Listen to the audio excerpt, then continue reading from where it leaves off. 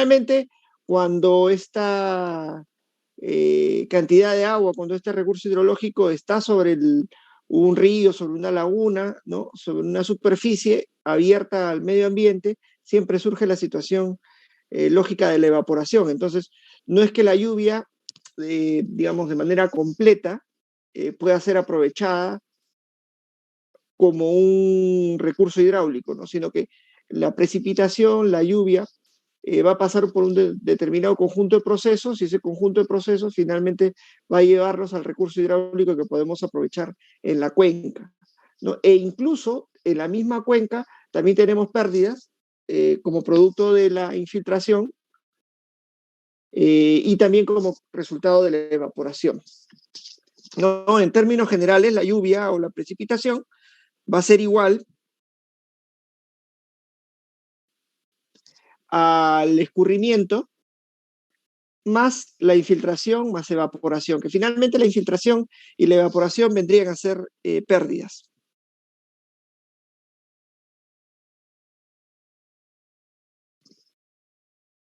¿Ok?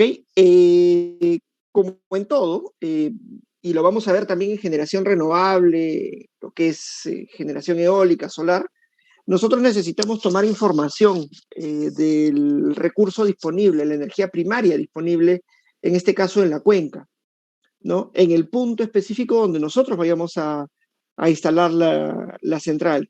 Y lo que usualmente se coloca, lo que usualmente se implementan son equipos de medición que en su conjunto se denominan aforos, que son estaciones de medición de caudal, ¿no? En términos generales, lo que se trata de hacer ahí con un aforo es básicamente medir la velocidad del recurso, ¿no? Y esta velocidad, digamos, asociada a una determinada área, ¿no? En este ejemplo, por ejemplo, lo que podemos ver es un vector de velocidad, 5 vectores de velocidades y cada uno de ellos asociados a una determinada área, ¿no?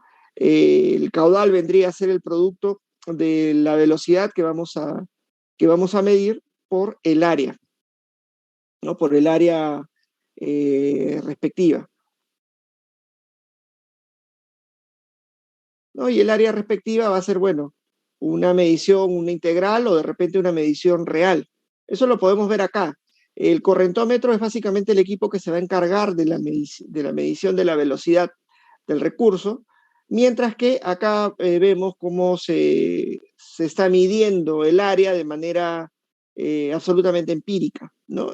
Con un metro se busca que medir el área donde va a ir el correntómetro. Y este conjunto, digamos, de equipos, más de repente algún router con un modem o algún equipo que vaya a almacenar la información, vendría a ser todo en su conjunto un aforo, ¿no? Son unas cajitas que están en algunos puntos, no sé si ustedes habrán visto cuando viajan, los aforos están colocados en algunas cajitas, algunos tienen antenas, cositas así, generalmente debajo de los puentes, ¿no? Ahora ya no es muy usual verlos, porque hace mucho tiempo esta, digamos, medición era obligatoria de cierta manera en las cuencas por efecto de, bueno, un criterio de expansión que tenía la empresa nacional, pero esto cuando fue, digamos, seccionado, privatizado, se perdió mucho de esa situación, ese trabajo, ¿no? Ese trabajo que era de todas maneras un trabajo positivo. Bueno, no todo ha sido negativo cuando todas las empresas eran del Estado, tenían también algunas cosas positivas que se han ido perdiendo, ¿no? Claro, han tenido también muchas cosas negativas que han sido, digamos, lo que ha llevado a que esto se tenga que manejar de otra manera. Pero bueno, regresando al tema, en muchas cuencas del país existen todavía aún estos sistemas de aforos donde se toma y se registra la información para luego, bueno, procesarla y tener la data que nosotros conocemos como esto, ¿no? Como estas matrices de información que hemos estado mencionando, comentando en clases anteriores.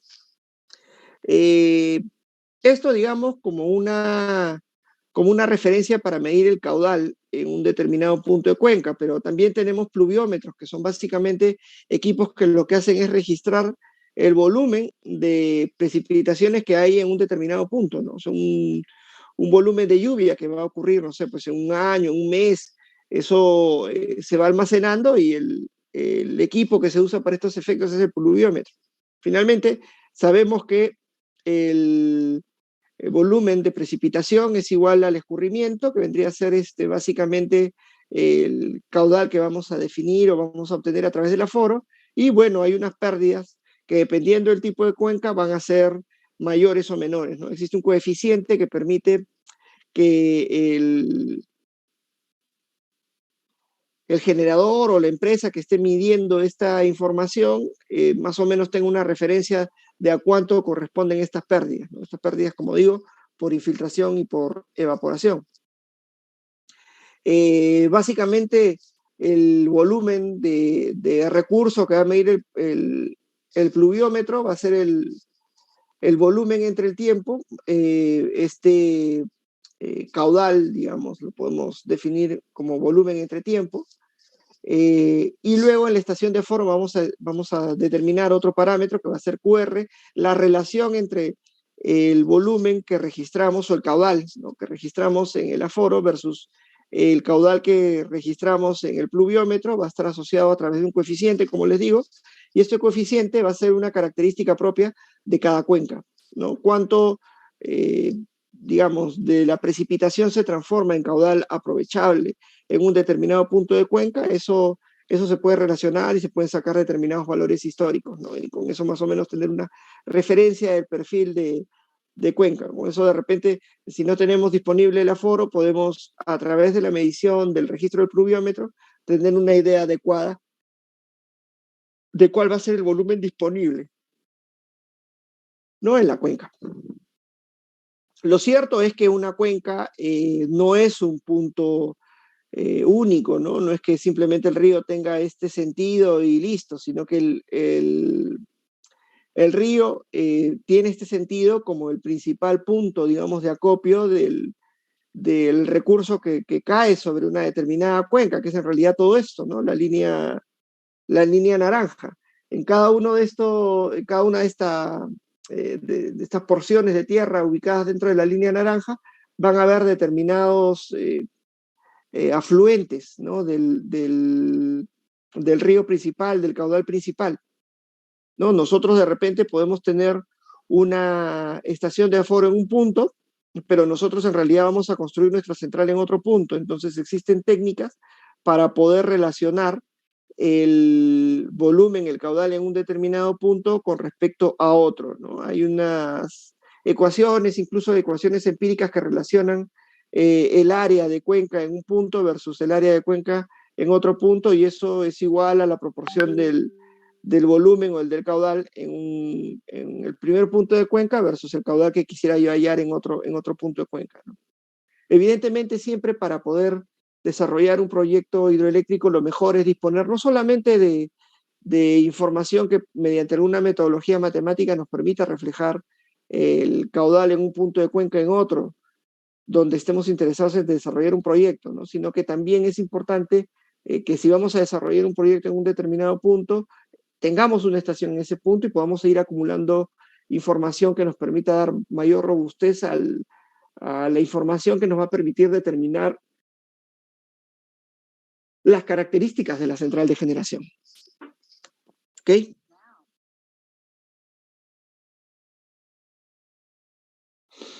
Acá, por ejemplo, hay un par de problemitas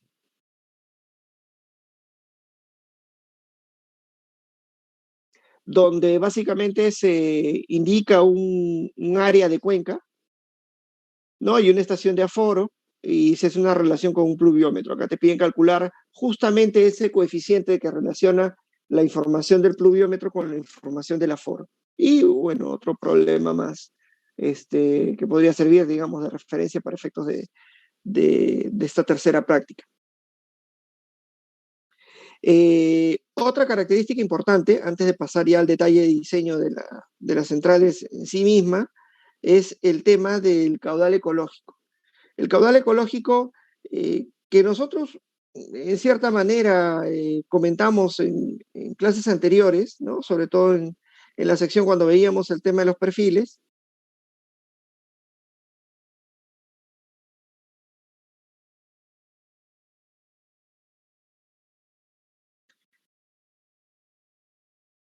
Se refiere básicamente a la cantidad de recurso hidráulico que tiene que haber en un cauce de manera permanente, independientemente de que, bueno, se esté aprovechando, ¿no?, la cuenca para efectos de generación hidroeléctrica, ¿no? Porque lo que ocurre cuando nosotros generamos electricidad es que nosotros derivamos el, el caudal, ¿no? Nosotros vamos a través de un conjunto de instalaciones que vamos a ver posteriormente en esta clase, retiramos el caudal de un punto de cuenca, lo desviamos, lo llevamos a través de un túnel de conducción para luego posteriormente turbinarlo.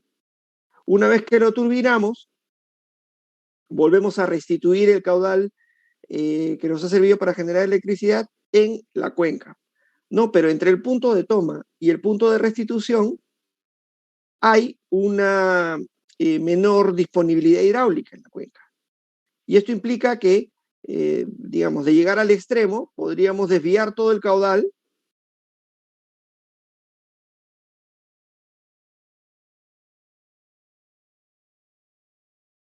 y podríamos agotar las las condiciones ambientales, las condiciones sociales que hay en ese punto, ¿no? Eh, es importante y es relevante mantener esta cantidad de caudal ecológico de manera permanente, ¿no? Es una cantidad mínima que siempre va a tener que estar disponible para mantener, como digo yo, las condiciones ambientales y las condiciones sociales de la cuenca, ¿no? O sea, vamos a retirar agua de la cuenca, vamos a retirar recurso hidráulico para turbinarlo, para aprovecharlo energéticamente, pero en todo ese tramo, como digo, entre la toma y la restitución, se va a reducir de manera significativa eh, la disponibilidad de recursos, ¿no? Entonces, si por ejemplo hay tierras de cultivo, si de repente en el lugar hay, no sé, de repente algún tipo de animal o algún tipo de vegetación específica, especial, no podemos afectarla. Entonces, lo que tiene que haber es un caudal mínimo, mínimo, pero que asegure que las condiciones sociales y ambientales, digamos, permanezcan siendo las mismas que previamente a la instalación del proyecto de generación. Entonces, eso es lo que se logra a través de la existencia de un caudal ecológico, ¿no? Este caudal ecológico es un parámetro que eh, debe ser definido por por el generador, ¿no? De acuerdo a los procedimientos y a las normas vigentes, ¿no? Y luego tiene que ser aprobado por la debida autoridad del agua, ¿no? Pues la autoridad es la que finalmente va a decir, mira, ¿sabes qué cosa? Tú puedes utilizar los recursos hidráulicos de esta cuenca, pero tiene que quedar un volumen mínimo, permanente, ¿no? No es que yo guarde el caudal, lo embalse y entregue todo de golpe, de repente puede ser el volumen necesario, ¿no? Para una cuenca es, es de un metro cúbico por segundo, ¿no? Puede ser, o sea, de repente ese es el volumen que se requiere como caudal ecológico en un, en un punto, porque así se define, ¿no? O sea, es un metro cúbico por segundo, pero nosotros no queremos sacarlo de manera permanente, ¿no? Entonces nosotros guardamos todo ese volumen, ¿no? Lo guardamos, lo almacenamos y al final del día, no sé, pues en un segundo o en una hora de repente, ¿no? Soltamos todo el volumen asociado a ese metro cúbico por segundo, ¿no? Y sacamos pues 1440 metros cúbicos por segundo durante una hora y ya cumplimos con eso. Eso no es correcto, ¿no? Porque lo que hay que hacer realmente es, de manera constante, mantener ese metro cúbico por segundo. No podemos almacenarlo y sacar de golpe todo el agua, no, sino que de manera permanente hay que mantener ese volumen. Ahora, ese volumen, dependiendo de la norma bajo la cual se ha determinado, ¿no? Porque la norma ha ido variando en el tiempo, puede ser la simplificación que yo les mostré en el ejercicio de las primeras clases, ¿no? Con un 10% del volumen disponible. En otro caso puede ser un porcentaje también, ¿no? 10 o 5%, dependiendo si es avenida o estiaje. O de repente también puede ser que sea un volumen determinado, ¿no? Una cantidad de caudal específica para cada mes, ¿no? Entonces, ha habido variaciones en cuanto a la determinación de este volumen de caudal ecológico y lo que hay que hacer simplemente es, cuando se desarrolla un nuevo proyecto, tener en cuenta cuáles son las condiciones, cuáles son los alcances de la normativa vigente y determinar ese caudal ecológico para efectos del proyecto que vayamos a desarrollar. No sé si hay alguna duda hasta ahí.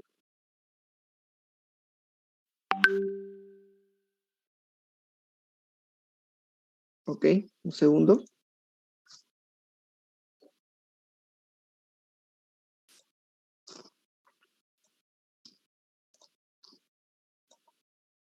Entonces, entrando ya al detalle específico de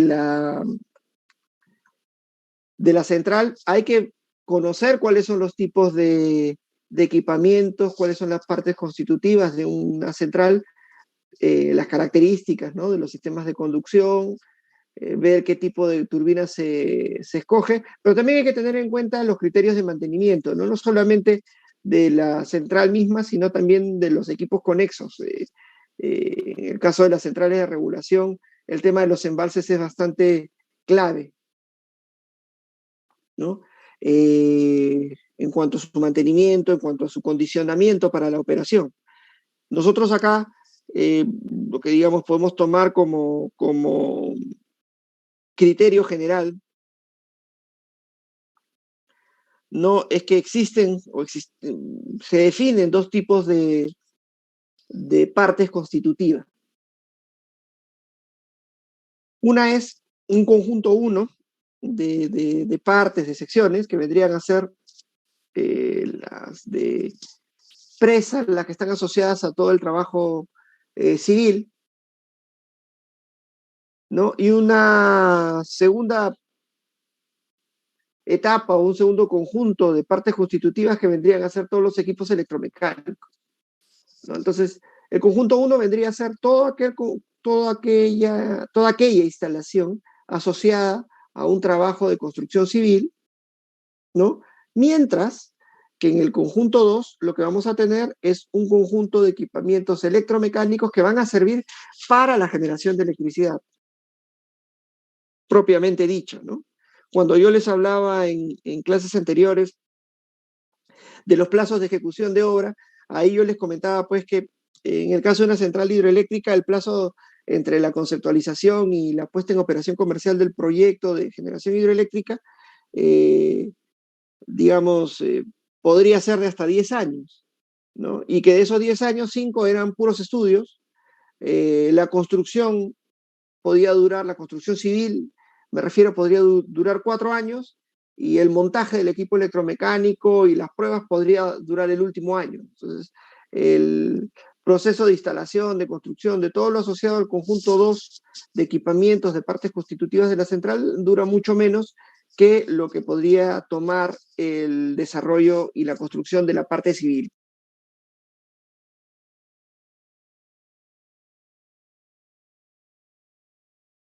En el caso de las presas, lo que nosotros tenemos es que estas se definen en partes, o mejor dicho, por tipos de materiales, ¿no? Tenemos tipos de presa que son definidas por el material. Una de ellas son los materiales, o mejor dicho, el embalse o el equipo, la presa de material suelto, de tierra, y las otras son de hormigón, ¿no? Y dentro del hormigón hay dos tipos, ¿no? El convencional y el rodeado compactado. Luego, por configuración, tenemos las de gravedad las de contrafuerte, las de bóveda y las de bóveda múltiple. Y finalmente tenemos aquellas que son por uso, que son las convencionales, que son para almacenar energía, almacenar agua, desde el punto de vista energético, ¿no? Para posteriormente generar, y las de compensación, que también vamos a ver ahorita mismo de qué tratan. Las presas de hormigón, que son estas que ustedes pueden ver aquí, son presas de concreto, ¿no?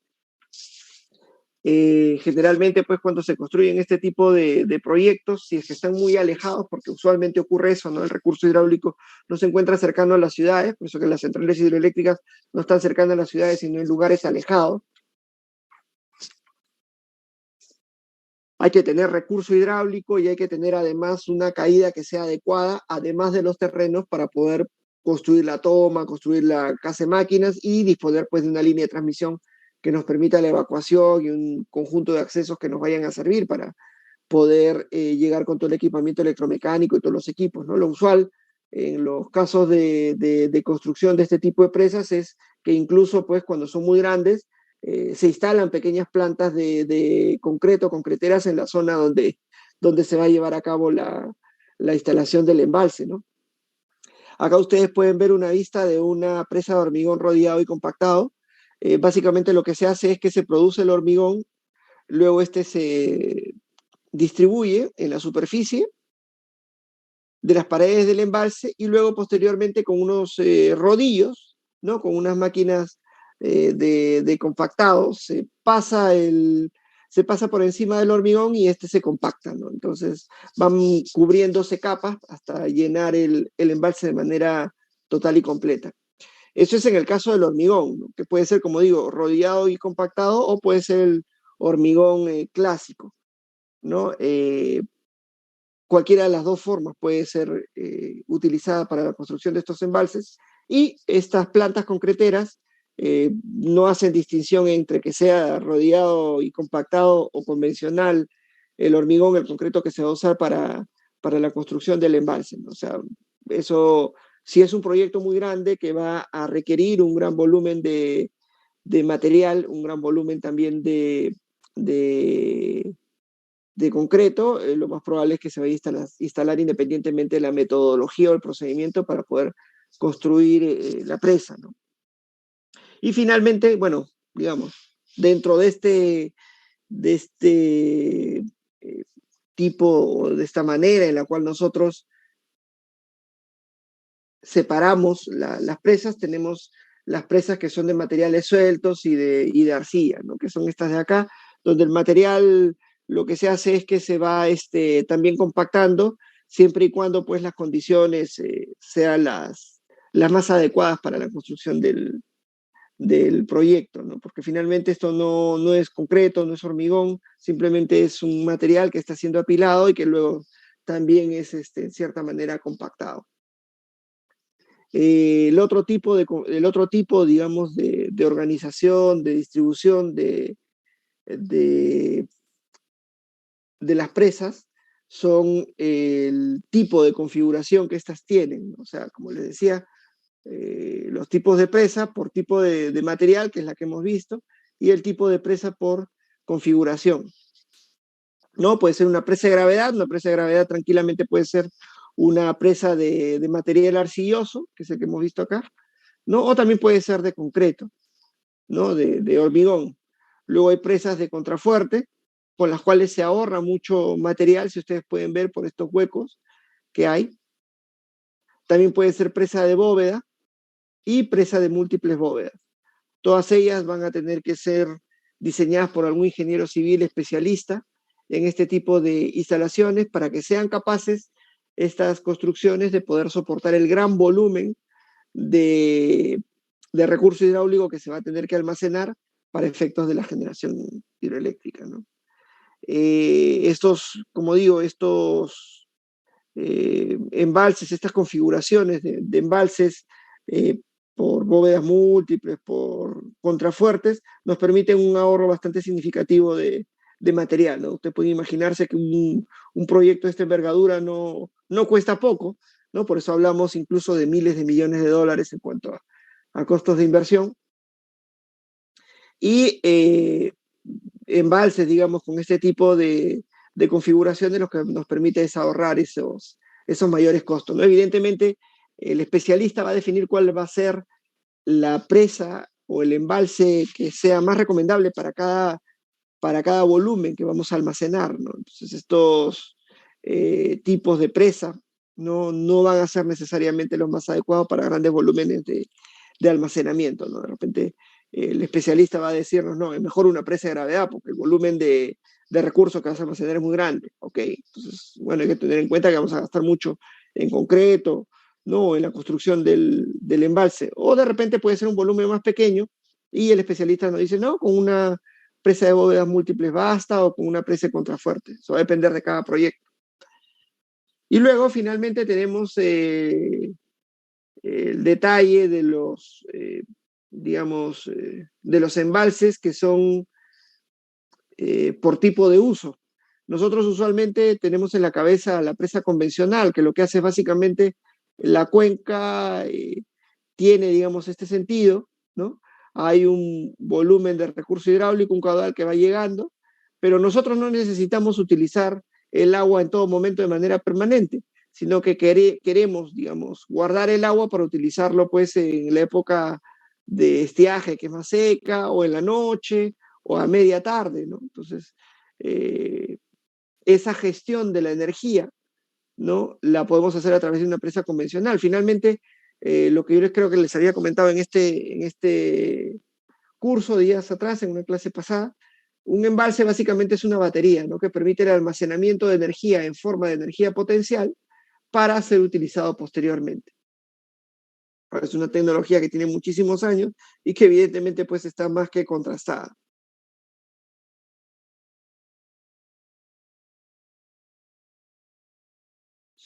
¿Ok? Entonces, lo que, lo que ocurre usualmente es que estas presas convencionales lo que van a permitir es el almacenamiento de energía para un uso posterior, ¿no? En el momento en el momento que defina el operador del sistema.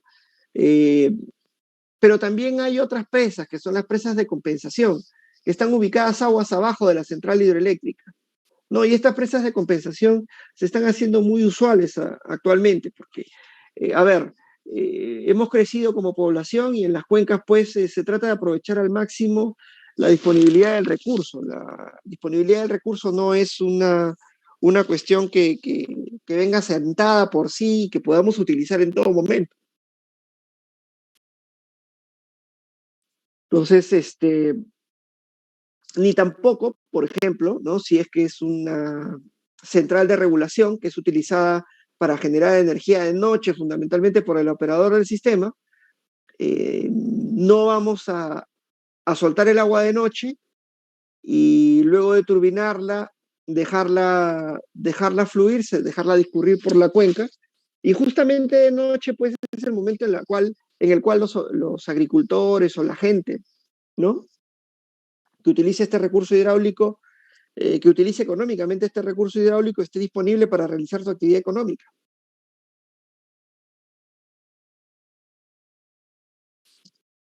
Entonces, en esta situación, lo que se recomienda es que si hay una serie de actividades económicas aguas abajo del proyecto de generación, se instale una presa de compensación. Una presa de compensación que lo que va a permitir es que el agua que estemos soltando a través de la presa convencional, ¿no? No discurra en cualquier momento, sino que discurra en el momento que a la sociedad o al conjunto de personas que se ubican aguas abajo del proyecto les convenga más, ¿no? Sin que esto afecte la operatividad del proyecto, ¿no? Porque, claro, si es que yo construyo una central hidroeléctrica y el poblador que vive aguas abajo de la central requiere el agua a las 10 de la mañana, yo no puedo almacenarla, yo no puedo almacenar el agua en mi envase de regulación convencional para entregarlo en, la noche porque él lo necesita en la mañana, él necesita el agua en la mañana. Entonces, ahí entro en una contradicción porque el poblador lo necesita a las 10 de la mañana, ¿no? Para trabajarlo en su proceso agrícola o industrial o lo que sea, ¿no? pero el operador del sistema requiere el recurso hidráulico para turbinarlo de noche, por ejemplo, ¿no? Entonces, hay una gran contradicción entre el momento en el cual necesito yo el agua para actividades sociales y el momento en el que necesito el agua para generación eléctrica. Entonces, ¿qué hacemos ahí? La recomendación es una presa de compensación que permita que el generador despache en el momento que lo requiere el operador del sistema, puede ser de noche, de madrugada, qué sé yo, y esa agua turbinada y a la salida de la restitución se almacena en una presa de compensación para que al día siguiente se suelte a las 10 de la mañana. ¿No? Acá, por ejemplo, vemos una gráfica que muestra cómo opera una central hidroeléctrica sin compensación, con compensación, en hora punta y en hora de media, ¿no? Acá tenemos el volumen, digamos, sin compensación, ¿no? Donde el caudal es de 10, ¿no? Hay un almacenamiento de 10 también, y finalmente lo que se turbina es de 20 metros cúbicos por segundo. Pero esto ocurre en la hora punta, ¿no? O sea, hay un caudal de 10 metros cúbicos por segundo. Este caudal de 10 metros cúbicos por segundo que está llegando a la cuenca se junta con el volumen almacenado, producen, digamos, un caudal disponible de 20 metros cúbicos por segundo, se turbina y se suelta. Pero el problema es que se suelta en hora punta, en la madrugada, en la noche, ¿no? Pero con la presa de compensación lo que ocurre es que en la hora punta sigue llegando ese volumen de 10 metros cúbicos por segundo, hay un almacenamiento en el embalse de regulación, salen 20 metros cúbicos por segundo, se turbinan 20 metros cúbicos por segundo, salen de la restitución 20 metros cúbicos por segundo, pero se almacenan. De modo que solamente sale 1 metro cúbico por segundo, que es el caudal ecológico, del cual también hemos hecho una referencia en esta clase. Luego, posteriormente, en hora de media, con un caudal menor de 5 metros cúbicos por segundo, se turbinan 3 metros cúbicos por segundo, salen 3 metros cúbicos por segundo, pero en esta hora de media el agricultor ubicado aguas abajo requiere 20. Entonces, como ya tenía almacenado un volumen importante, estos 3 metros cúbicos por segundo salen, son turbinados y se suman a 17 metros cúbicos que estaban almacenados en la presa de compensación para que la sociedad que necesita el agua aguas abajo pueda utilizarlo en el volumen correspondiente.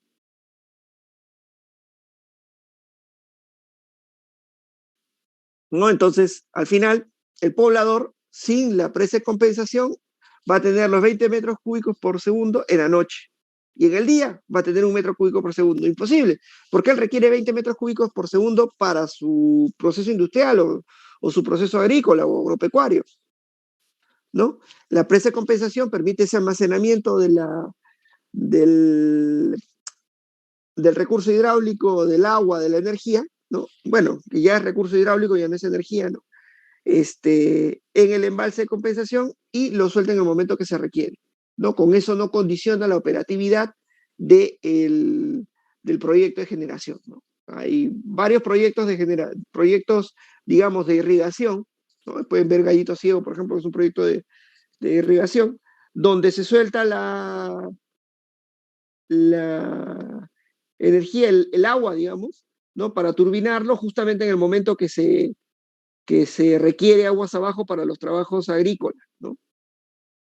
Eso, digamos, condiciona mucho su operación y no permite una optimización a pesar de tener un gran embalse. Sin embargo, si esa central tuviera un embalse de compensación aguas abajo, se podría hacer una optimización más interesante del recurso hidráulico. ¿Ok? Luego, por otro lado, tenemos los embalses. Los embalses tienen dos tipos de compuertas, ¿no? Una compuerta superior y una compuerta inferior. La compuerta superior, que son las que están ubicadas en esta zona, ¿no?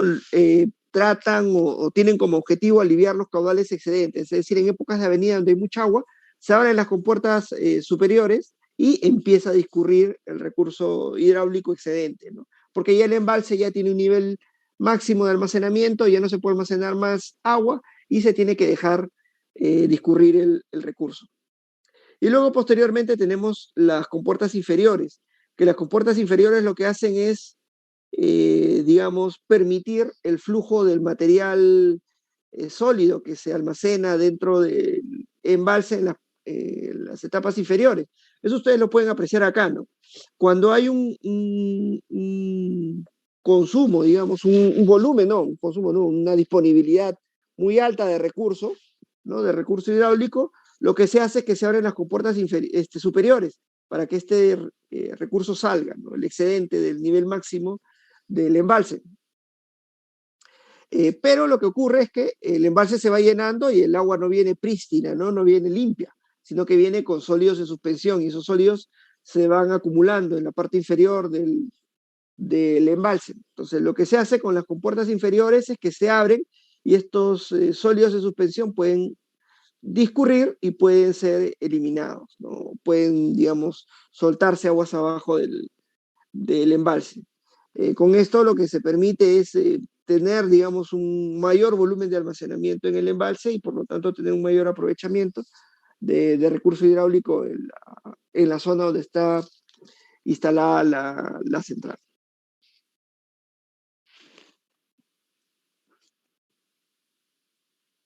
No sé si tienen alguna pregunta hasta ahí.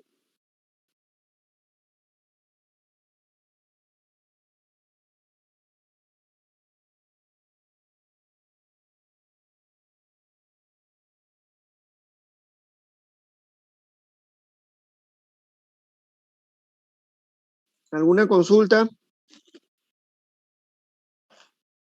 Sí, profesor, esta compuerta inferior entonces tiene un doble propósito. Eh, o sea, dar agua en el momento que lo necesitan digamos, la parte inferior donde están los caseríos o la parte industrial y también hacer una especie de limpieza en la parte del fondo del embalse. No, en realidad tiene una sola función, que es limpiar el embalse, ¿no? Lo que pasa es que de repente hay una confusión. Este, el, eh, el embalse está almacenando el agua y el agua que yo voy a utilizar para efectos de la generación se toma en el embalse. Puede haber un nivel de toma dentro del mismo embalse, puede haber de repente algún desarenador, alguna cosa, dependiendo del diseño de la central, y de acá se está tomando y se está, digamos, soltando o se está llevando, se está desviando hacia el túnel de conducción y luego el turbinamiento, y luego se restituye. Entonces, entre este punto, que es el nivel de toma, y el punto de restitución, que es donde se regresa el agua al, al, a la cuenca, entre esos dos puntos no va a haber ningún embalse, no hay nada, ¿no? El embalse de compensación es el que estaría saliendo de la restitución. O sea, se toma, se turbina, se restituye y ahí es donde podría venir el embalse de compensación, ¿no? Estas compuertas, estamos hablando de las compuertas inferiores y superiores del embalse de, del embalse de regulación, ¿no? El que está aguas arriba, o sea, de este de acá. Sin perjuicio que también se puedan hacer mantenimientos dentro de la presa de compensación con la metodología que yo les digo y que también tengan, digamos, en la presa de compensación también el procedimiento para poder dejar soltar el agua, ¿no? Las presas de compensación pueden tener simplemente las compuertas o pueden tener alguna instalación adicional que permita pues que el agua discurra, ¿no? Y que solamente las compuertas estas superiores, que son las que sirven para aliviar los caudales excedentes, puedan utilizarse para eso mismo nada más, ¿no? Lo más usual es que el, el hecho de operar las compuertas, porque son equipos electromecánicos, no sea algo común, corriente, ¿no? Porque se va desgastando los equipos. Finalmente son motores que abren, cierran con puertas muy pesadas, de muchas toneladas. Entonces, eso usualmente no debería formar parte de la operación normal, sino de una operación, digamos, excepcional que ocurre unas cuantas veces al año, ¿no? Cuando esto se necesita, cuando estamos en época de venida, 2, 3 meses al año, y no de manera continua y permanente, ¿no? Es por eso que el embalse de compensación aguas abajo también va a tener una compuerta superior, una compuerta inferior para limpieza y para aliviar caudales excedentes, pero va a tener un sistema para poder regresar el agua a la cuenca, ¿no? Y no estar operando de manera permanente, continua, el conjunto de compuertas que pueda tener la central o el embalse en general, ¿no? Ahora, los embalses también tienen que tener un mantenimiento, ¿no? Y ese mantenimiento se realiza a través de purgas, que son precisamente esos procesos donde se abren las compuertas inferiores y se deja pasar el agua. Lo que suele pasar es que el nivel del embalse tiene que bajar y a veces baja por debajo del nivel de toma, ¿no? Para poder hacer que el agua pues discurra y pueda llevarse todo el sólido de suspensión a través de las compuertas inferiores. Entonces, cuando eso ocurre, la central tiene que salir fuera de servicio, ¿no? Entonces, por eso que algunas purgas implican el, el hecho de que la central hidroeléctrica principal tenga que salir fuera de servicio. No porque se vaya a hacer alguna intervención en alguna parte de la central como equipo, como equipamiento electromecánico, ¿no? Sino es porque la central no va a poder tener agua, porque el nivel de toma está más alto que el nivel por el cual va a discurrir el recurso, ¿no? Que está discurriendo más abajo. ¿Por qué? Porque tiene que llevarse los sólidos de suspensión que están en la parte inferior del embalse, ¿no? Estos procesos de purga pueden ser anuales, pueden ser bianuales, trianuales, ¿no? Hay toda una gestión, sobre todo cuando son procesos de purga que disponen una central, ¿no? Hay toda una gestión de coordinación para que la purga se realice en el momento más adecuado. Por ejemplo, y acá les pongo como una nota, ¿no? Usualmente, pues, lo que necesitamos para el proceso de purga es que haya suficiente recurso para que pueda arrastrar con fuerza todo el sólido de suspensión que queda en la parte inferior del embalse, ¿no?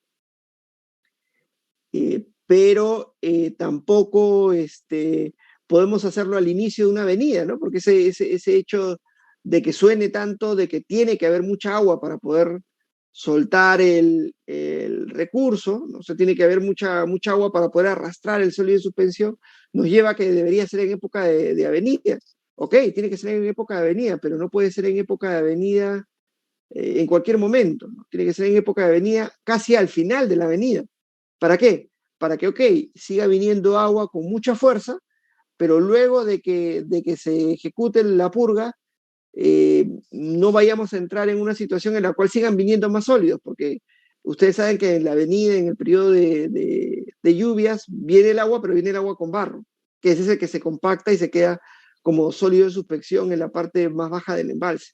Entonces lo que tenemos que tratar de hacer es ejecutar el procedimiento de limpia de embalse casi al finalizar el periodo de avenida, cuando sabemos que ya en los siguientes días va a dejar de venir agua, ¿no? Y eso constituye pues un ejercicio bastante incierto, porque nadie puede averiguar, nadie puede programar que va a llover en determinado día y determinado día no va a dejar de haber altas temperaturas, bajas temperaturas, sobre todo con mucho tiempo de anticipación, porque los mantenimientos se programan con un año de anticipación, ¿no? Yo no sé si el día 15 de marzo del 2023 va a haber o no mucho recurso hidráulico y que en las siguientes 2 semanas va a desaparecer, va a caer estrepitosamente, ¿no? Entonces, hay una coordinación que tiene que hacerse, pero muchos de estos procesos de purga tienen que estar debidamente justificados y coordinados con el operador del sistema para que no vaya a haber ningún tipo de sorpresas posteriores, ¿no? Lo otro que también es importante para efectos de las instalaciones de presa es el estudio, el ensayo, el trabajo de batimetría, ¿no? La batimetría es básicamente un procedimiento que se realiza para identificar, para definir, para calcular el volumen útil de un embalse, ¿no? Se pasan sondas, se pasan equipamientos que lo que hacen es barrer el relieve del fondo del embalse para luego, a través de un procedimiento matemático, determinar el volumen del embalse. Entonces, habitualmente, por ejemplo, se suelen hacer batimetrías antes de una purga y batimetrías luego de una purga, ¿no? Porque luego de una purga ya se tiene el embalse, digamos, limpio, con el volumen de recurso hidráulico que podría almacenar definitivamente, y antes, digamos, todavía no tenemos ese volumen adicional que ganamos con la purga, ¿no? Entonces, para medir la efectividad del proceso de purga, lo que se hace es realizar una batimetría prepurga y una batimetría pospurga, ¿no? Y luego de la pospurga, como la hacemos, la purga casi al finalizar la época de avenida, ¿no? Entrando casi al estiaje, nos quedamos ya con un volumen disponible, porque sabemos pues, que no se va a ensuciar nuevamente el embalse con más sólidos en suspensión, porque estos van a dejar de venir justamente por el momento en el cual hemos hecho la purga, ¿no? Y lo que se hace es, se, se toma la batimetría y esa batimetría vendría a ser la que estaría válida por un año, ¿no? Hasta el siguiente periodo de avenida al menos. ¿Ok? Eso es, digamos, como conjunto de instalaciones de almacenamiento, ¿no? Porque también tenemos las otras instalaciones, como por ejemplo las compuertas, las rejías, todo este equipamiento, toda esta infraestructura para toma de agua, ¿no? Es muy común que en el Perú, por lo menos, las cuencas, los ríos tengan mucho sólido, mucha basura, no solamente sólidos en suspensión en forma de tierra, en forma de lodo, ¿no? Sino también en forma de basura, troncos, material que las ciudades desechan, ¿no? Y en muchos casos desecha en los ríos. Entonces, lo que se suele hacer es colocar compuertas, ¿no? Rejillas, ¿no? Para poder, eh, digamos, restar los sólidos que puedan encontrarse en el, en el río, ¿no? Pero esa es una primera etapa, digamos, de retiro de ese material en sólido en suspensión, porque hay una segunda etapa que es la de desripillador, que se encarga de separar un material, digamos, que no es tan grueso como el que se queda en las compuertas, que se queda en estas rejillas, ¿no? Pero sí es lo suficientemente grueso, ¿no? Para no decantarse en el desarenador, ¿no? Que el desarenador lo que se trata de hacer en el desarenador es que el caudal esté entrando por un determinado lugar a una determinada velocidad, se amplíe el área mucho, el área por donde discurre este recurso, con esta ampliación de área, que es lo que podemos ver acá, ¿no? O sea, el recurso viene por acá, se amplía el área para que la velocidad con la cual viene el caudal se reduzca por efecto de que tengo más área, ¿no? Y como se reduce ese volumen, esa velocidad, mejor dicho, ¿no? Se va decantando, va cayendo al fondo el material que quiero limpiar, que quiero dejar sin que pase a la turbina, ¿no? Porque el problema con las turbinas es que las turbinas Pelton o las Francis, sobre todo las Francis, que son más delicadas, ¿no? Este, pueden verse comprometidas si es que hay mucho sólido en suspensión, ¿no? Si hay tierra, si hay basura, imagínense pues si hubiera un tronco, ¿no? Obviamente se lleva la turbina y sería una falla pues catastrófica, pero no hablando de los troncos que se van quedando en las rejillas, ¿no? La basura que se queda en las rejillas, luego del desripiador y el desarenador, sobre todo el desarenador, ¿no? Ya se limpia mucho más el recurso porque todo el material particulado que digamos, no se ha quedado en el desripiador pasa al desarenador y en el desarenador se decanta. Entonces, la velocidad a la cual va a discurrir el recurso a través del desarenador para tener una decantación apropiada es de 0.2 metros por segundo, entre 0.2 y 0.3 metros por segundo, ¿no? La velocidad a la cual tendría que pasar el recurso para que haya una decantación adecuada, para que haya una decantación óptima, ¿no? Y el agua entre lo más limpia posible al proceso de turbinamiento, al proceso de generación eléctrica y, digamos, malore lo menos posible a a nuestro, eh, a nuestro proyecto, ¿no? A los álabes, a las turbinas, Pelton o Francis, ¿no? Que puedan estar instaladas para aprovechar el recurso hidráulico, ¿no? Acá hay también un pequeño ejercicio ¿no? Esta es una vista de un sistema de decantación, ¿no? Acá ustedes pueden ver la presa, acá hay una presa que tiene las características que hemos hablado. Si ustedes pueden apreciar acá hay unos determinados huecos, ¿no? Unos contrafuertes. Ustedes acá aprecian que está el sistema, digamos, de captación del agua, de embalse de agua, ¿no? Toda la presa, pero si se dan cuenta, probablemente hay una toma en esta zona y luego pasa a través de un sistema donde se desvía el recurso, se decanta, ¿no? A través de estos desarenadores y luego posteriormente, luego de ya de decantar, de quedarse muy limpia el agua, pasa a su procedimiento de a su procedimiento de turbinamiento, ¿no? En la central, con un agua lo más limpia posible.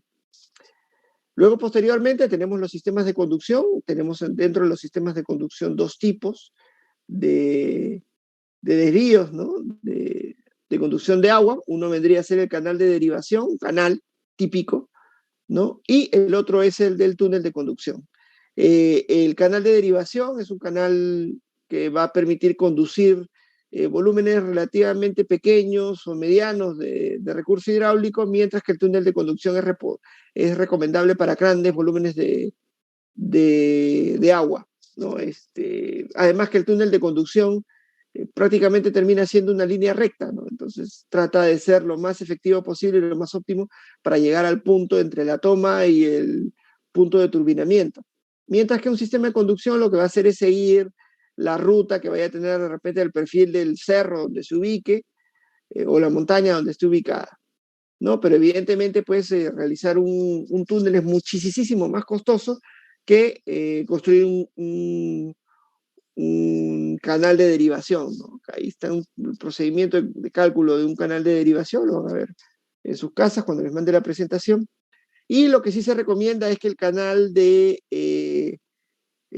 conducción tenga mampostería, ¿no? Que es este tipo de material o este otro tipo de material, ¿no? Pues un material rugoso y con una pequeña pendiente para que pueda llegar tranquilamente desde el punto de toma, como digo, hasta el punto de turbinamiento. No, acá hay algunos otros problemas que pueden ir también viendo. El proceso de excavación de túneles es un proceso bastante retador, ¿no? Existen dos maneras de poder realizar estos túneles. Existe uno que es el bien conocido TBM, ¿no? Que es una máquina, ¿no? Que tiene unos dientes especiales, que lo que va haciendo es destrozando la piedra y permitiendo pues que se vaya abriendo el túnel. Otro procedimiento que es un tanto más económico, no tan eficiente y tan efectivo, ¿no? En cuanto a lo que se requiere, pero que es bastante aplicado para realizar túneles, al menos acá en el Perú, ¿no? He tenido la experiencia de poder ver cómo funcionan estos equipos y básicamente lo que se hacen es que se colocan ciertos explosivos, ¿no? Que se detonan de manera controlada y permiten ir excavando dentro de la ladera, dentro del cerro, dentro de la montaña, para llegar al punto de ubicación ya sea de la toma o ya sea del punto de turbinamiento, ¿no? No sabemos qué dirección podría tener el túnel y qué dirección también tendría la fase constructiva del túnel, ¿no? En ambos casos, cuando se realiza este procedimiento, lo que se trata de hacer, sobre todo cuando uno se adentra mucho dentro de un cerro, es tener sistemas de aire acondicionado, digamos, refresco de oxígeno, ¿no? Porque el oxígeno natural no va a llegar hasta esta zona, sobre todo cuando son excavaciones bastante profundas, sino hay que llevarlo, hay que llevar aire, ¿no? Y aire fresco, porque también conforme uno va excavando más hacia el fondo, la temperatura en la zona va incrementándose de manera bastante significativa, ¿no? Porque, claro, vamos adentrándonos a las capas inferiores del subsuelo. ¿No? Luego tenemos otros elementos como vendría a ser la cama de carga, la chimenea de equilibrio, ¿no? Que también son importantes para efectos del procedimiento de generación, ¿no? La cámara de carga, por ejemplo, puede usarse como un embalse horario. La chimenea de equilibrio nos va a permitir evitar golpes de ariete positivo sobre presiones, ¿no? Bueno, esto ya lo han visto seguramente en Centrales Eléctricas 1 en el curso, algún problemita. Lo otro que tenemos también importante en el caso de las centrales hidroeléctricas es el tipo de turbina, que pueden ser de acción o de reacción. Las de acción son aquellas en las cuales el sentido del chorro de agua y el de giro coinciden, ¿no? Eso, por ejemplo, el, la muestra más clara podría ser la turbina Pelton, ¿no? Que es una turbina de acción. O sea, directamente yo inyecto el agua y el sentido, el giro del rodete también va a discurrir en ese mismo sentido, ¿no? En cambio, en el caso de las turbinas de reacción, la situación es distinta. El giro no coincide con la dirección del agua, ¿no? Ejemplos, Francis y Kaplan, ¿no? Estas turbinas, Pelton, Francis y Kaplan, también se recomiendan para determinados tipos de configuración de central hidroeléctrica, ¿no? No es que haya una metodología, una tabla, ¿no? Que te diga que el proyecto hidroeléctrico tiene que seguir determinadas condiciones, ¿no? Sino que hay un procedimiento que te permite a ti identificar cuáles son las principales características del proyecto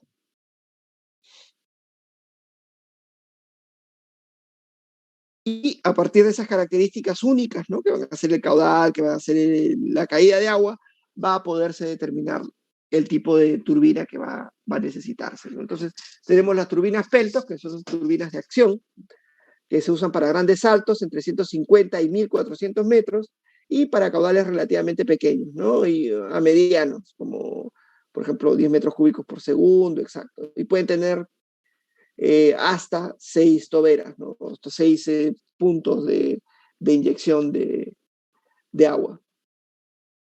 Pueden tener también eje horizontal y vertical, ¿no? Estas turbinas, por el mismo hecho de las características especiales de grandes saltos y bajos caudales, son muy buenas para su utilización en aprovechamientos hidroeléctricos acá en el Perú, ¿no? Sobre todo en la zona andina donde hay bajos caudales, sobre todo en época de estiaje, pero hay grandes alturas por el mismo hecho de estar en plena cordillera de los Andes, ¿no? Luego tenemos las turbinas Francis, que son de reacción. Acá en el caso de las Francis hay un campo muy extenso de aplicación, ¿no? Porque pueden ser pequeños caudales hasta muy grandes caudales y también caídas que pueden ir desde caídas muy pequeñas de 20 metros a muy grandes, ¿no? De 700 o algo más de metros de caída. Y finalmente tenemos las turbinas Kaplan, que no son muy utilizadas en el Perú porque, a ver, no es que tengamos pues unos grandes caudales y caídas pequeñas, ¿no? Que son, digamos, las características para las cuales se recomienda este tipo de turbina.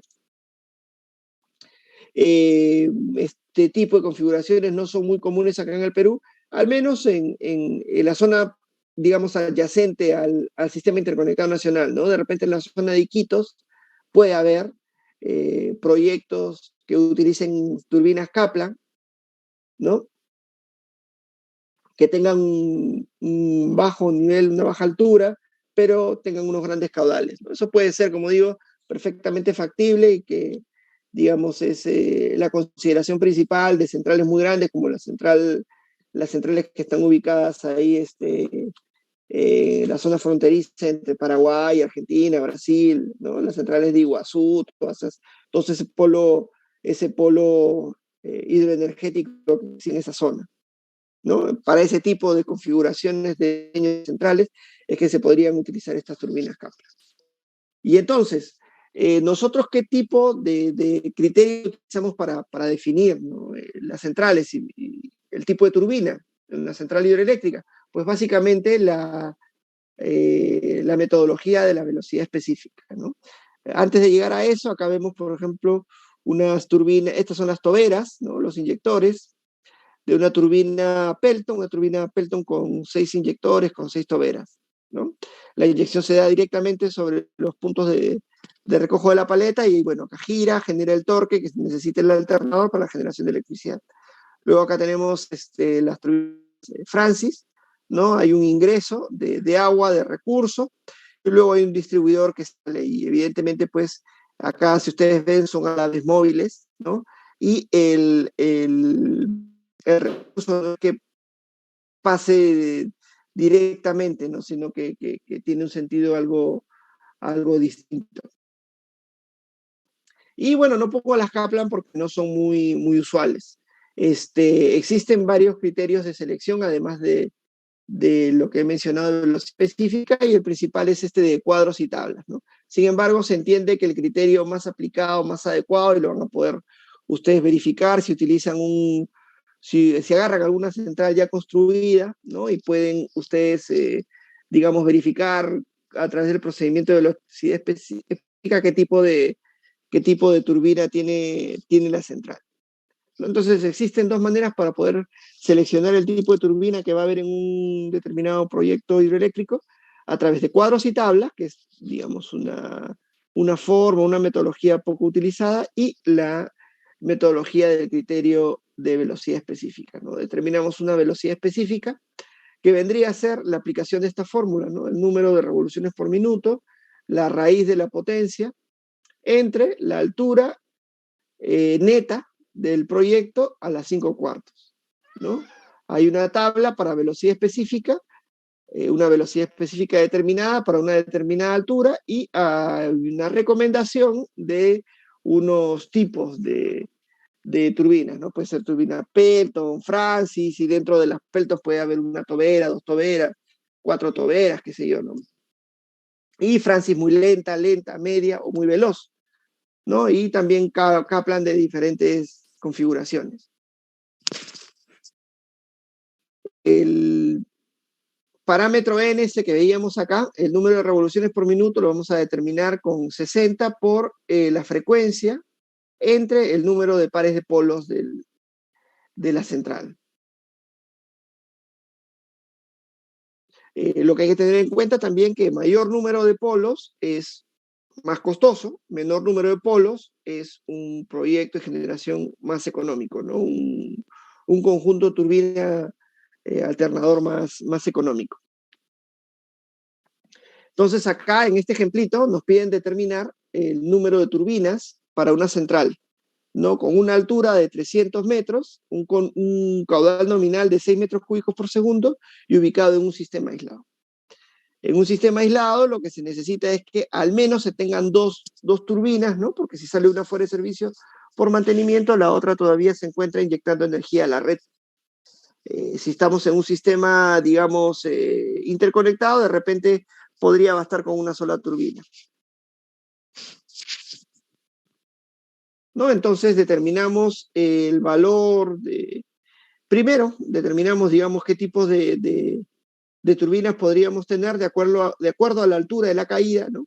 Acá veíamos que nuestra tabla tenía varias alturas, ¿no? Entonces vamos definiendo cuáles podrían ser las posibilidades de tipos de turbinas que vayamos a usar, ¿no? Con unas determinadas condiciones para la velocidad específica, ¿no? Calculamos el número de polos, perdón, vamos a calcular el número de revoluciones, ¿no? Tomando en cuenta el número de polos que va a tener nuestra unidad de generación, ¿no? Aplicamos la fórmula para determinar la potencia, ¿no? Y finalmente determinamos un valor, ¿no? Acá lo que nosotros tenemos que hacer es determinar la velocidad específica, y esa velocidad específica, como ustedes saben, se calcula a través de esta fórmula.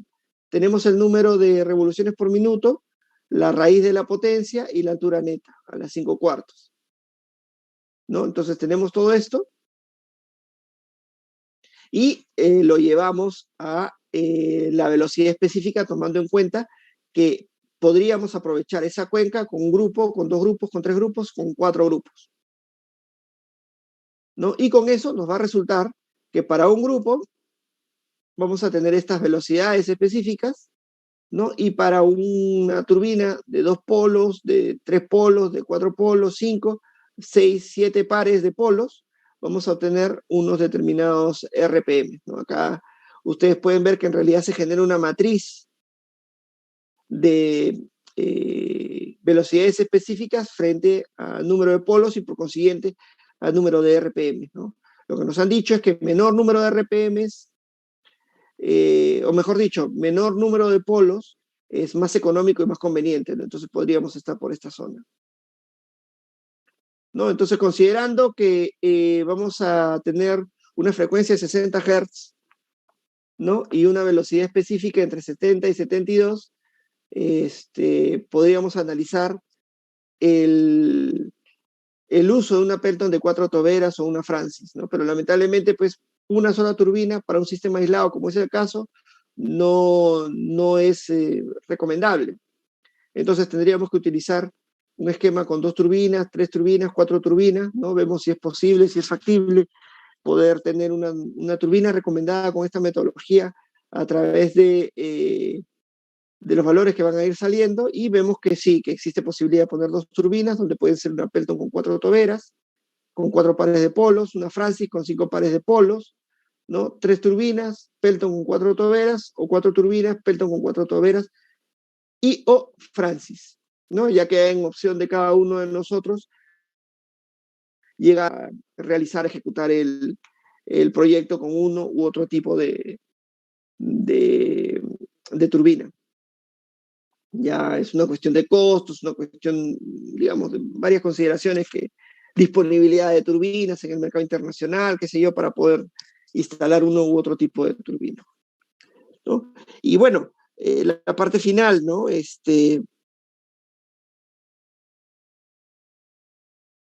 Que tenemos es, digamos, la,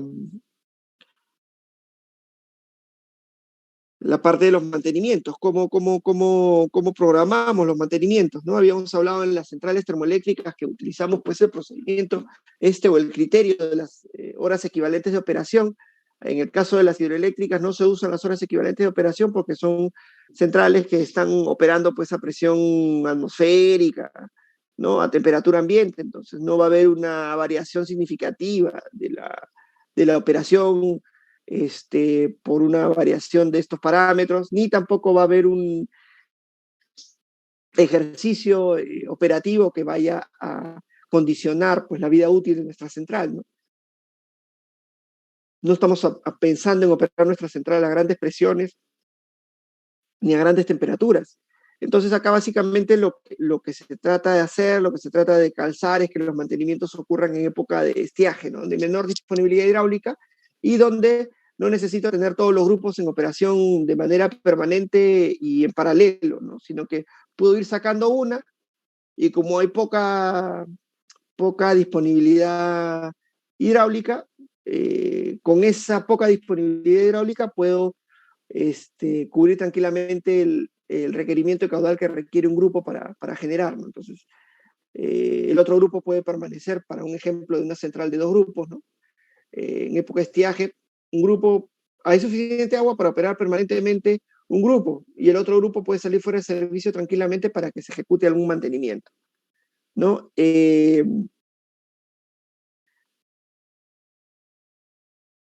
Los mantenimientos generalmente se ejecutan por horas de operación, no por horas equivalentes, no por arranques, no necesariamente, ¿no? Básicamente los arranques podrían estar asociados al mantenimiento para el alternador o para otro tipo de equipamiento electromecánico distinto al de las turbinas, ¿no?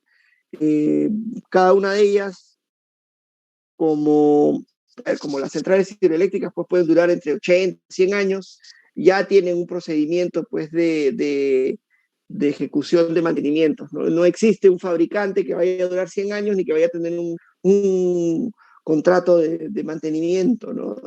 Por 100 años. Entonces, digamos, lo claro en esta situación es que el personal que va a realizar el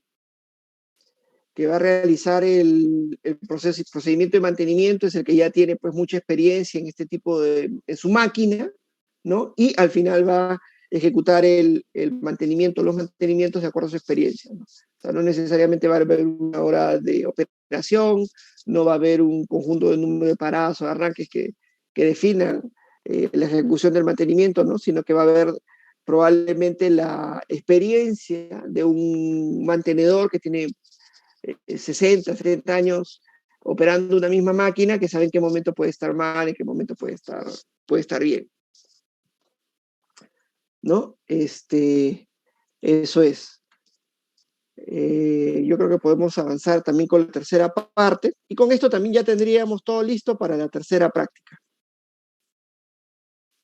¿no? La otra parte que es importante también para tenerla en cuenta es las diferencias entre centrales hidroeléctricas de pasada, de regulación en cuanto a su modelamiento, ¿no? Y cómo, digamos, modelamos una central hidroeléctrica. Acá, por ejemplo, estamos viendo una central de pasada donde hay una toma, ¿no? Un nivel de toma, un túnel de conducción y luego esta agua, este caudal, es llevado a la casa de máquinas para su turbinamiento y posterior restitución, ¿no? Acá la altura, ¿no? Está definida por el nivel de toma, y el caudal va a ser el que dependa de la disponibilidad hidráulica en cada momento, porque este proyecto, esta central no tiene ningún tipo de embalse, ¿no? Entonces, nosotros usualmente tenemos en la cabeza el parámetro que la potencia de una central es 8.35 por el caudal y por la altura, ¿no? Entonces acá es muy fácil porque multiplicamos el 8.35 por la altura, que es una constante, y el caudal, que va a depender de la disponibilidad hidráulica en la cuenca, ¿no? Entonces, digamos, en esta central de pasada hay un parámetro que va a ir variando, y ese parámetro único que va variando es el caudal, que va a depender, bueno, de las condiciones hidrológicas de la zona. Pero eso no ocurre con una central de regulación, porque una central de regulación tiene un nivel de toma, pero usualmente el nivel de toma está debajo del nivel de superficie del embalse, ¿no? Entonces el embalse, pues, va a ir variando en cuanto a altura, y el parámetro altura va a ir variando, porque la altura no va a ser constante, la altura va a depender del espejo del agua del embalse, ¿no? No es que el nivel de toma, no es que el nivel de toma que vemos acá, que es este H2, nos va a definir el parámetro de altura para meterlo dentro de la ecuación para determinar la potencia. O sea, 8.35 por caudal y por altura, donde esa altura es H2. Eso no es así. La altura en esa ecuación va a ser una variable y va a ir variando dependiendo de la altura del espejo de agua de mi embalse. Entonces, la altura es una variable que va a ir cambiando en una central de regulación. Va a cambiar en función a la altura del espejo de agua del embalse, ¿no? En el caso de una central hidroeléctrica pasada, esa altura era una constante, ¿no? Acá es una variable, es un valor que va a ir cambiando en el tiempo. Entonces, en una central de regulación, tanto el parámetro altura como el parámetro caudal son variables, no son constantes, son variables que van a ir modificándose en el tiempo dependiendo de la operatividad de la central, ¿no? Y, por ejemplo, yo puedo tener un caudal pleno, el caudal nominal para la generación de electricidad en mi central, pero de repente termino produciendo solamente el 80 o el 70% de la capacidad. Y eso eso no depende de una disponibilidad hidráulica, eso depende de la altura, ¿no? Lo que pasa es que el espejo del agua de mi embalse está bajo, y puedo estar yo turbinando la cantidad asociada al caudal nominal de mi central, pero si la altura ha bajado, si el espejo de agua de mi embalse está más bajo, pues simplemente no puedo producir la potencia nominal, a pesar de que tenga la cantidad de agua, el caudal nominal para producir a plena carga, ¿no? En general, un embalse va a tener un conjunto de parámetros, ¿no? Va a tener un volumen máximo, ¿no? El volumen máximo va a estar acá. Va a tener un nivel de seguridad. Este es el nivel de cresta y este es el máximo que puede tenerse, ¿no? Es una cuestión muy, muy eventual, pero el nivel máximo en realidad va a estar acá, ¿no? Sobre esta zona. Este es el nivel máximo operativo, ¿ya? Puede ir variando el nivel de la presa del embalse, ¿no? Entre el punto mínimo y el volumen máximo permisible, operativamente hablando. ¿no? Por acá está el túnel de conducción, la toma de agua, la casa de máquinas, es una central tipo Kaplan, ¿no? Y el valor del parámetro de altura puede ir variando en todos estos, ¿no? El volumen de acá para acá va a ser un volumen muerto, ¿no? Que no se va a utilizar porque el nivel que yo requiero para turbinar está hasta este nivel. Existen varios tipos de caudales, ¿no? El caudal natural, que es el caudal propio de la cuenca sin intervención humana, ¿no? El caudal incremental, que es el adicional, ¿no? Que pueda extraerse, digamos, y el caudal regulado, que es aquel caudal que está disponible en la cuenca con intervención humana, ¿no? Yo puedo, digamos, subir o bajar. Cuando nosotros hablábamos y veíamos esas series de caudales mensualizados, estábamos hablando de un caudal naturalizado, ¿no? Porque usualmente en las cuencas tenemos el caudal que registramos, pero ese caudal que registramos hay que naturalizarlo. Hay que hacer un ejercicio para volverlo natural, porque usualmente las cuencas, ¿no? Por ejemplo, la cuenca del Rima, que es, nosotros vemos un caudal, un volumen de río, pero ese no es el caudal natural, ¿no? Porque hay mucha intervención humana para poder generar electricidad, para poder producir agua potable. Entonces, el caudal que vemos en el río Rima, no sé, pues en el puente de Trujillo, ¿no? No es un caudal natural para nada, es un caudal absoluta y totalmente regulado, ¿no? Entonces, existen metodologías para que ese caudal regulado que podemos medir a través de un aforo lo transformemos en un caudal natural, ¿no? Bueno, esto es modelamiento. Lo más importante que nos lleva acá es básicamente a la función, a la verdadera función de generación de una central hidroeléctrica, ¿no? Ya no ese 8.35 por caudal y por altura, sino un conjunto de parámetros que nos van a dar la potencia de generación de una central dependiendo de la altura, dependiendo del caudal, ¿no? Y dependiendo de las eficiencias de la turbina y del generador, ¿no? Porque vemos acá que la potencia se calcula como el producto de la aceleración de gravedad, los 9.81 ¿no? metros por segundo al cuadrado, el peso específico del agua, la eficiencia o rendimiento de la turbina, que es una función también del caudal y de la altura, lo vamos a ver a continuación, sobre todo para, bueno, para centrales de regulación, la eficiencia del generador, la altura que va a ir variando, como ustedes saben, el caudal que va a ir variando, como ustedes saben, y bueno, parámetros simplemente de ajuste dimensional, ¿no? El rendimiento de la turbina en realidad no es un rendimiento que nosotros podamos definir con un valor determinado, ¿no? Sino que el rendimiento de la turbina va a depender de la altura y del caudal de mi proyecto de generación, de mi central de generación, ¿no? Y se van a generar estas curvas colinas que se le llaman, donde se puede definir la eficiencia de la turbina, este parámetro NT que estoy viendo acá, ¿no? Como una función de la altura y una función del caudal, ¿no? Entonces, cada altura va a tener un determinado nivel de eficiencia dependiendo del caudal, ¿no?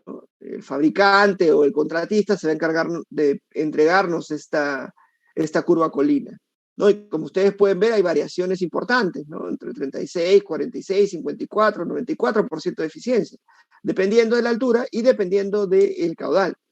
Esta variación implica que pueden hacerse ejercicios de optimización para poder determinar cuál es el punto óptimo de operación de una turbina, dependiendo de su altura y dependiendo de su caudal turbinado, ¿no? Yo recuerdo mucho a un chico con el que trabajé, se hizo un bonito ejercicio que luego lo usó de tesis de cómo optimizar la operación de una central, ¿no? Porque la central hidroeléctrica no es operada por el operador del sistema como un conjunto, como una, digamos, una central que tiene unidades, ¿no? Sino se opera como conjunto, a diferencia de las centrales térmicas, donde cada unidad tiene su propio costo variable.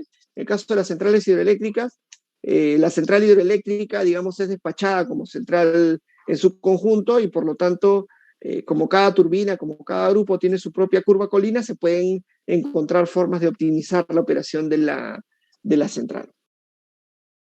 ¿Ok?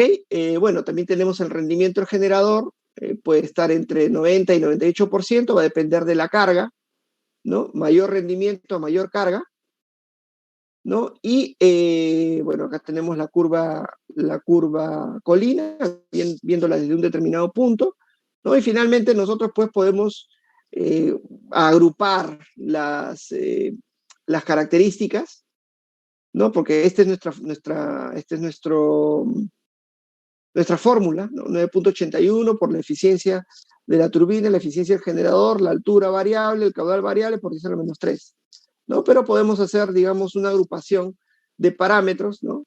Un K que puede llevarse el 10 a la menos 3 por 9.81 por la eficiencia de la turbina y generador por la altura. Que ese es digamos, una simplificación, ¿no? O sea, le multiplicamos el factor de productividad a un caudal y podemos simplificar y obtener la potencia de una central. Pero sabemos que en realidad la potencia de una central va a depender mucho de la altura, va a depender mucho del caudal que haya disponible, ¿no? Porque evidentemente, pues, en el caso de una central de regulación, la altura va a ir variando, el caudal va a ir variando, y por lo tanto la eficiencia de la turbina en función al caudal y la altura también va a variar. Entonces, todo un conjunto de funciones que, como digo, es optimizable, ¿no?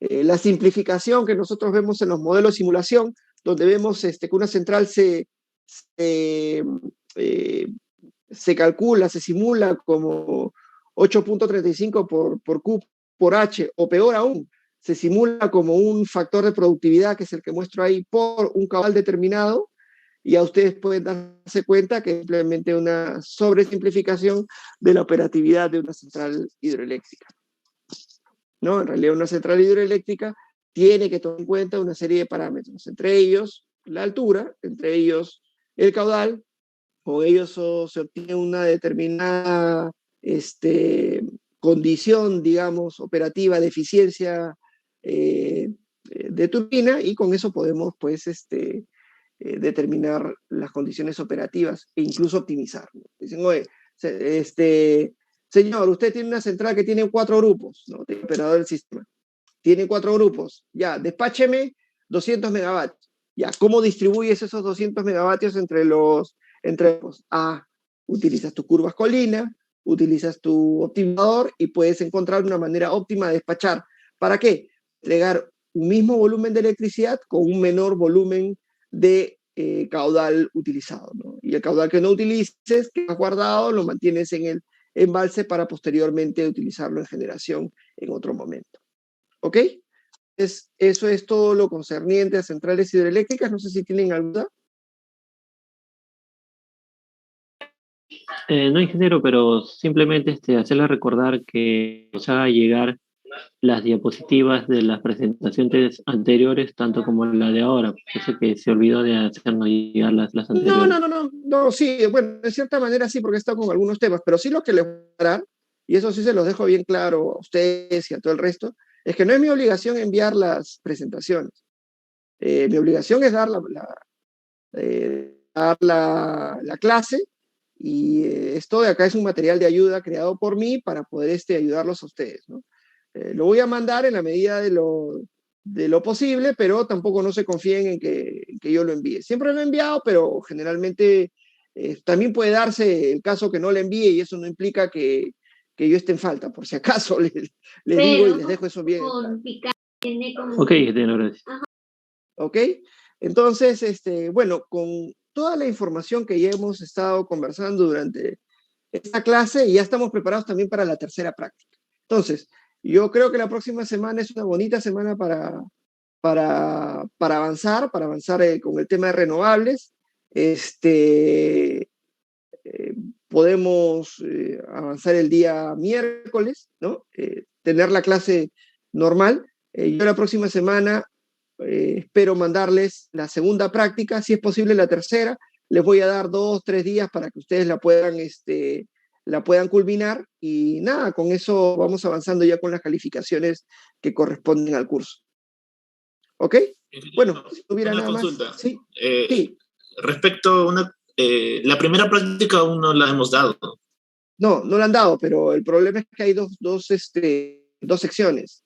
Entonces, en la otra sección, ¿no? Yo no he dictado las primeras clases, porque no me habían asignado ese curso. Recién me han asignado cuando ya había transcurrido el 30% del curso. Okay. Entonces, con los muchachos de la otra sección, he avanzado la segunda práctica y la tercera práctica de hoy. Entonces, mal haría, porque sería absolutamente injusto, que a una sección le tome la primera práctica y a la otra no. ¿No? Entonces, lo que quiero hacer es coordinar con ellos un momento para poder recuperar y luego de ello ya tomarles la primera práctica ¿no? De manera conjunta. Pues si no, como digo, va a ser absolutamente injusto que ustedes den una práctica, no sepan cuáles sean las preguntas y mientras que el otro grupo, que deben haber algunos aquí en esta clase, el otro grupo lo dé en otro momento y sepa cuáles van a ser las preguntas, ¿no? Todos al unísono. Ok, ingeniero. Ingeniero, otra consulta. La semana que viene es la semana de la facultad. Entiendo que creo que estamos atrasados, igual va a ser clase, ¿no? Sí. Sí, para avanzar más temas, ¿no? Igual yo tengo un pivot de 4 clases porque las prácticas no las estoy realizando de manera sincrónica, sino prácticamente son trabajos domiciliarios. Pero como quiero avanzar muchos más temas, de todas maneras aprovechamos la próxima clase para ir viendo solares, luego eólicas, ¿no? Y bueno, algunos temas relacionados también con reguladores, regulador de velocidad, regulador de tensión, todas esas cosas, ¿no? Y el mercado de servicios complementarios que existe. ¿Ok? Bueno, si no hubiera nada más, entonces... Profesor, disculpe, ¿puede pasar el otro salón los PPTs que hizo para ir estudiando para el examen? No. Escúchame, yo no les he mandado todavía las presentaciones y eso va a formar parte de un correo que les voy a mandar. ¿Ya? Listo, bueno, no hubiera nada más, entonces nos estamos viendo la próxima. Muchísimas gracias, hasta luego. Hasta luego, ingeniero. Recording stopped.